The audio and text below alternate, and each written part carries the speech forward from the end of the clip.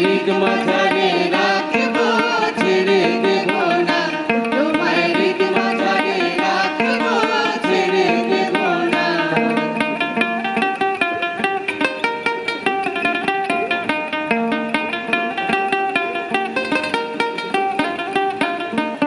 महिषासुर के ऊपर मां दुर्गा की विजय पुरुलिया छऊ शैली में।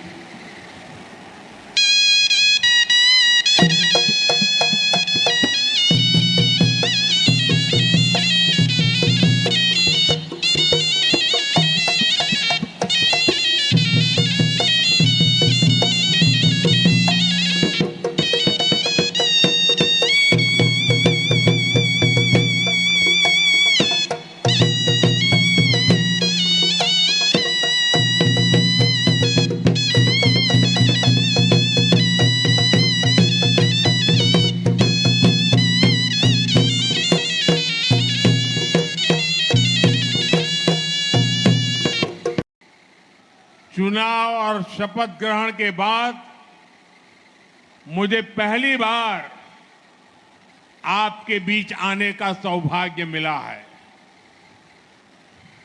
बंगाल की हवा में अब एक नई ताजगी है। यहां के कण कण से एक नई खुशबू आ रही है। ऐसा लग रहा है जैसे बंगाल अब बेड़ियों से आजाद हो गया है। परिवर्तन भालो लागे छे तो भाइयों बहनों, मुझे खुशी है कि पश्चिम बंगाल में औद्योगिक प्रगति की नींव फिर से बननी शुरू हो गई है। इस नींव के दो अभिन्न अंग हैं, ईमानदार और पारदर्शी शासन, और दूसरा कानून का राज। पश्चिम बंगाल ही नहीं, पूरा देश आज इस बदलाव को देख रहा है। जिन्होंने आपको लूटा वो खुद आकर लूट के पैसे लौटा रहे हैं। बड़े बड़े लुटेरों को जेल भेजा जा रहा है। सिंडिकेट वाले जनता से माफी मांग रहे हैं। टोल नाकों पर अवैध वसूली करने वाले गुंडे नाके छोड़कर भाग गए हैं। बंगाल के लोग बिना रोक टोक के आ जा रहे हैं। এখন কাটমানি শেষ, কাজ শুরু হয়ে গেছে।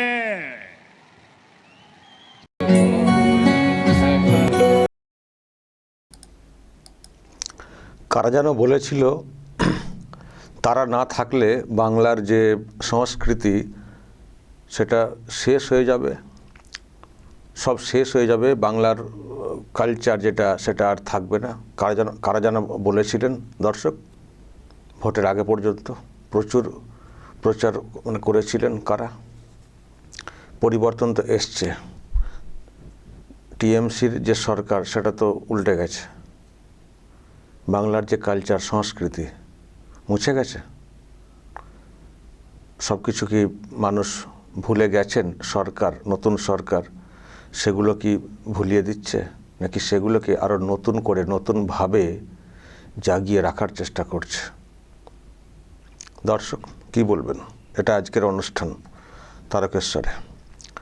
আজকে পশ্চিমবঙ্গ দিবস এবং এই পশ্চিমবঙ্গ তৈরির যে বিষয়, সেখানে তারকেশ্বর জায়গাটার একটা বিরাট ইতিহাস আছে। সেই সব নিয়ে তো অনেক চর্চা শুনছেন মিডিয়াতে। তো সেখানে এসছিলেন আজকে প্রধানমন্ত্রী। তো ওনার আশা এবং এই টোটাল যে বিষয়, এটাকে কেন্দ্র করে সাংস্কৃতিক এইসব অনুষ্ঠানেরও আয়োজন করা হয়েছিল। প্রধানমন্ত্রী মঞ্চে বসেছিলেন এবং তিনি দেখছিলেন এবং তালে তাল মেলাচ্ছিলেন। নিশ্চয়ই লক্ষ্য করেছেন। তালে তাল মেলাচ্ছিলেন। উনি নাকি বাংলা বিদ্বেষী, ওনাদের লোকেরা নাকি সব বাংলা বিদ্বেষী, ওনাদের সাথে থাকা এখানকার লোকেরাও নাকি সব বাংলা বিদ্বেষী হয়ে গেছেন। বহিরাগতদেরকে নিয়ে তারা নাচানাচি করেন, বাংলার কালচার সংস্কৃতি তারা মানেন না, তারা সব কিছুকে ধ্বংস করেন, বলা হতো না?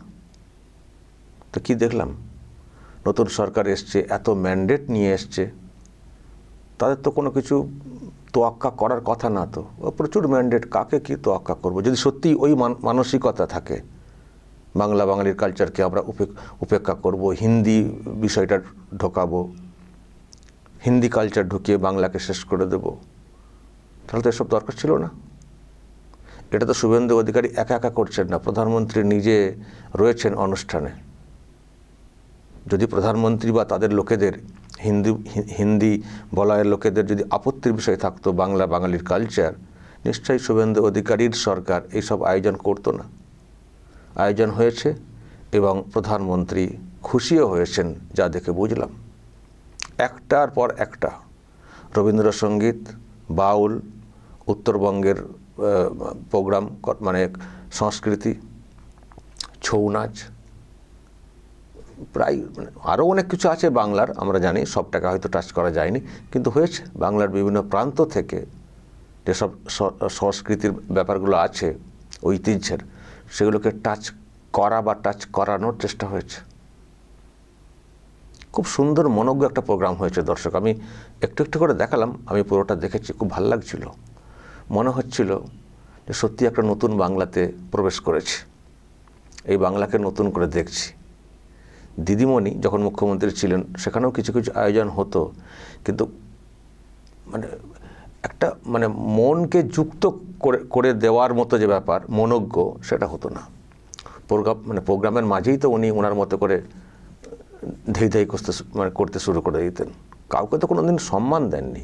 সম্মান দিয়েছেন, যেটা পারবেন না সেটাও করবেন। গান গাইতে পারেন না, গান গাইবেন। নাচতে পারেন না, নাচবেন। আমি বড়, আমি সব, এই আমিত্ব করে করে বাংলার যে নিজস্ব যে সংস্কৃতি, সেটাকে নষ্ট করে দিয়েছেন। ফলে ওনার ওই প্রোগ্রামগুলো ঠিক তালে লাগতো না, তাল কাটা লাগতো। তাল কাটা আর তার কাটা দুটোতে মিলেমিশে সর্বনাশ হয়ে যেত। কিন্তু আজকের যে প্রোগ্রাম যতক্ষণ হয়েছে খুব মনোজ্ঞ হয়েছে। আমরা টিভিতেও এনজয় করেছি, ভালো লেগেছে। বাংলার ঐতিহ্য একটা অন্য আবেগ তৈরি হচ্ছিল যখন এগুলো দেখছিলাম, শুনছিলাম, যে হ্যাঁ, সেই বাংলাকে আবার ফিরে পাচ্ছি। আজকে এই পশ্চিমবঙ্গ দিবস গোটা রাজ্য জুড়েই পালিত হচ্ছে। তো মানে এই পশ্চিমবঙ্গ দিবসের এই যে কর্মসূচি গোটা পশ্চিমবঙ্গকে একটা সূত্রে গেঁথে দিয়েছে।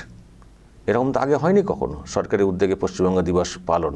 অথচ এই পশ্চিমবঙ্গ দিবসের একটা ইতিহাস আছে, যেটাকে অস্বীকার করা যায় না। তো আজকে এটা একটা সরকারি যে কর্মসূচি যেভাবে পালিত হয়েছে, এবং সেখানে বাংলার সংস্কৃতি, কালচারকে যেভাবে তুলে ধরা হয়েছে, এবং সেটার সঙ্গে প্রধানমন্ত্রী যেভাবে নিজেকে মিশিয়ে ফেলেছিলেন, একটা অভূতপূর্ব সময় বলতে পারি। এবং তিনি কি বললেন, বাংলা ওই যে একটার মধ্যে বদ্ধ অবস্থায় ছিল না, সেখান থেকে যেন মুক্তির স্বাদ পেয়েছে। শপথের পরে উনি এই প্রথম এলেন, এসে পরখ করছেন যে একটা অন্য রকমের, একটা অন্য হাওয়া দেখতে পাচ্ছি, একটা ফুরফুরে তাজা ব্যাপারটা যেন সব কিছু দেখতে পাচ্ছি, যেটা বোঝানোর চেষ্টা করেছেন। নতুন বাংলাকে দেখছি। পরিবর্তন কেমন লাগছে সেই প্রশ্নও রাখেন, উত্তর আসে খুব সুন্দর, খুব সুন্দর।